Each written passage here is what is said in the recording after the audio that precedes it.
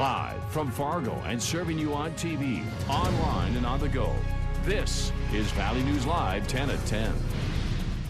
Some stores in the Red River Valley have pulled eggs off their shelves. Good evening, everyone. Thanks for joining us tonight. This is the latest move in the ongoing outbreak of avian flu. It's hitting nearly 30 farms in Minnesota, one in North Dakota. Valley News Team's Macy Enger joins us now with more on this ripple effect after a local family farm in Hawley was hit. Macy?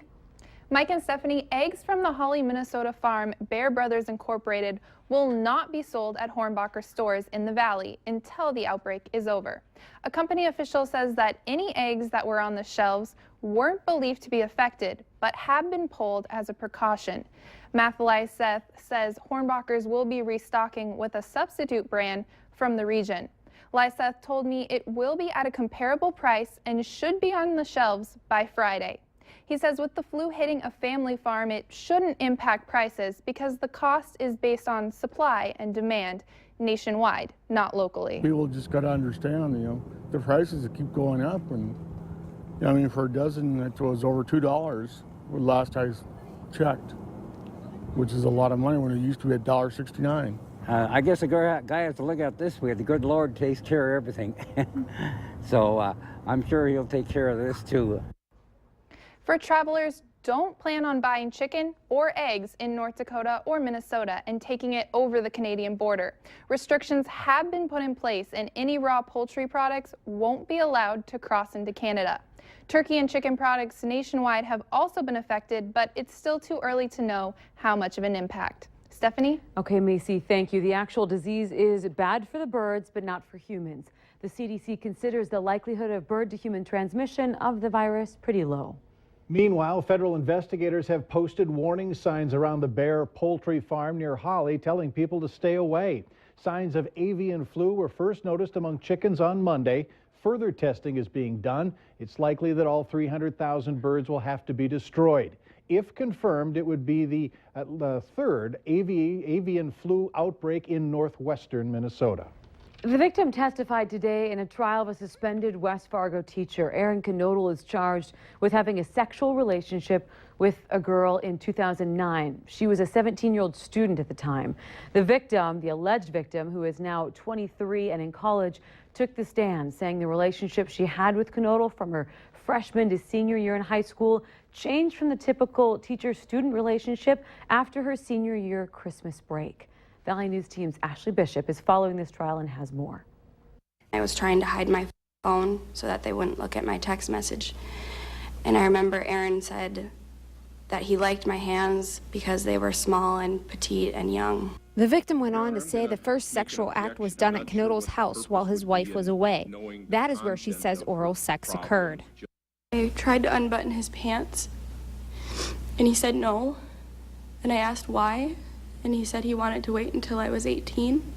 So then after that, we stopped.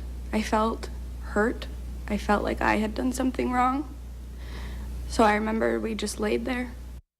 An older man was going to leave his wife for me, and I thought that said something about me. Now, you talked before about being a good Catholic girl. Yes. That must have bothered you as well if you were thinking he would leave his wife, which is not supposed to happen. It did bother me, but honestly, love can make you do crazy things. I did a lot of things with Aaron that my morals would never have let me do. 3 other people also testified. The trial continues tomorrow, and we will be following it for you. New information tonight from the University of North Dakota, where the Student Senate backed away from a vote of no confidence for school president Robert Kelly. The Senate instead tabled the no confidence vote indefinitely. Student government leaders were at odds with Kelly and other administrators after being left in the dark regarding proposed tuition hikes. A memorandum of understanding has instead been signed aimed at creating better communication between the two groups. I do believe that one of the most powerful messages of the past few days has been this need to communicate effectively and more fully with all of our students. All of you leaders, student government, those of whom you represent, as well as the rest of our campus community. So we'll welcome your support, help in doing that. As part of the agreement, UND will create a task force made up of students and administrators to work on tuition proposals. A 15-year-old girl who had been missing since March 6th has been found safe. Lisbon authorities say that Alexis Hildebrand was located at a home in Ogama, Minnesota overnight. She is being held at Moorhead's Juvenile Detention Center, and charges could be filed against the individuals that Hildebrand was with. A Senate committee has given a due pass recommendation on a bill to restructure oil production taxes in North Dakota. Many lawmakers recommended amendments to the bill that would have removed any oil incentives or triggers and dropped the oil tax rate to 9.5%.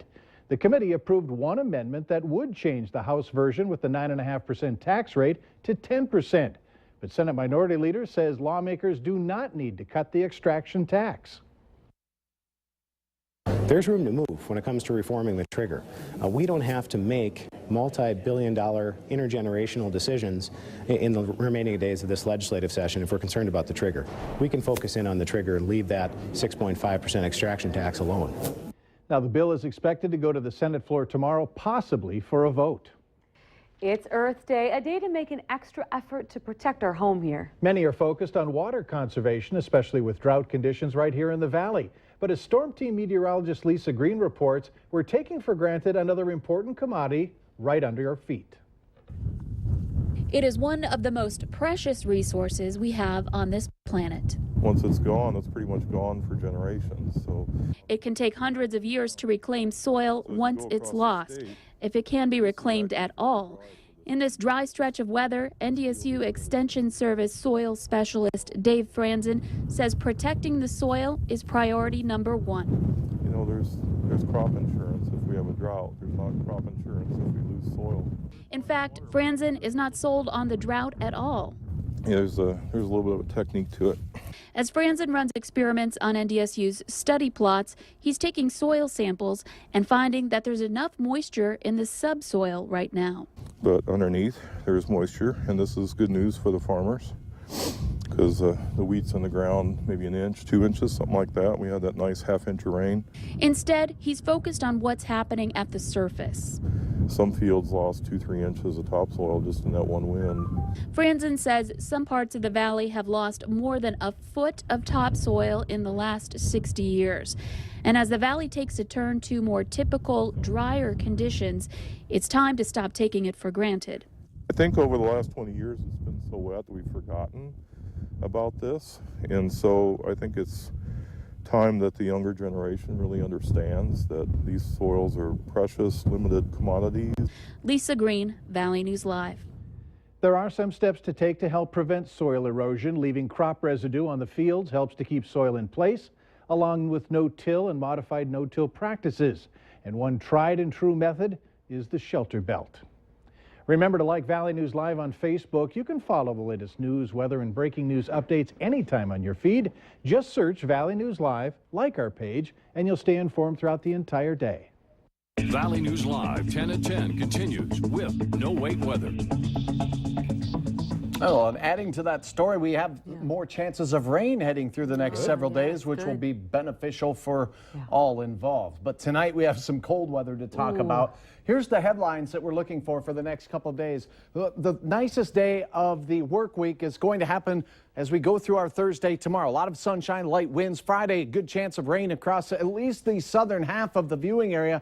And then a milder weekend, but the breezy returns. Not as gusty, but breezy. Right now, 32 in Fargo-Moorhead. The winds have really quieted down, only 8 miles per hour. They're from the north-northwest. And we see that these winds have quieted down region-wide, everyone under 10 miles per hour. And that is a huge change. But with light winds and clear skies come some pretty cold temperatures already. Upper 20s in Bemidji and Roseau, 30 degrees in Langdon, 34 in Valley City. It's going to be a cold night out there as we head through the overnight. The radar shows a big, slow-moving, pesky storm system is continuing to bring snow to the Great Lakes region, but it is exiting. For us, we're kind of in between weather makers right now, and we'll have a chance to enjoy some quiet weather. It's anything but quiet across the panhandle of Texas, heading into North Texas right now. Tornado-producing cells are working their way through Texas tonight, and a lot of, earth science to talk about. Chile had a volcano erupt tonight. It was Calbuco way down there in southern Chile. And it was pretty rural, but it still continues to spew some ash into the sky. Here's your forecast for tonight. With the clear skies, it's going to get brutally cold out there and a chance to see the light meteor showers as we go through the overnight. They should peak overnight. So if you happen to feel like braving the cold, temperatures to start your Thursday morning with clear skies and winds under 10 miles per hour will dip down into the teens up north. That's right, teens for morning temperatures. Down in the south, low to mid-20s for many of us. By midday, the wind, look at this. Are you kidding me? 3-mile-per-hour gusts. Well, how will we prepare for that after gusts to 40 to 50 miles per hour the past few days? Increasing clouds late on our Thursday, an absolutely beautiful close to the day.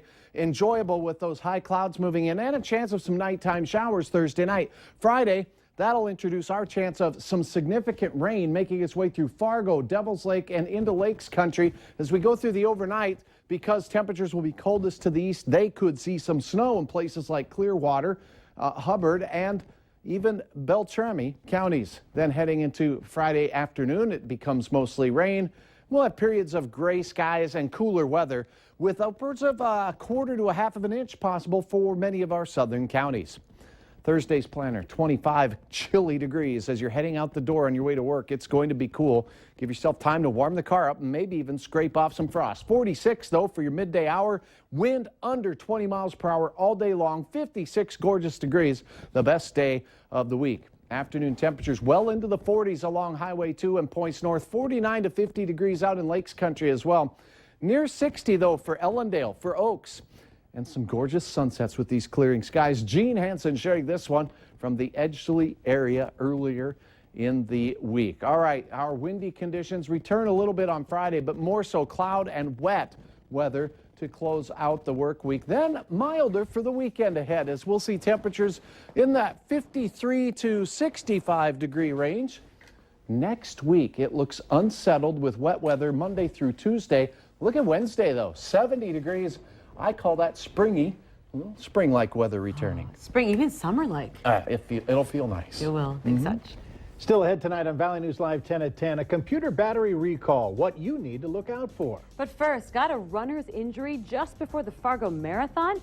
How you can get back on your feet quickly.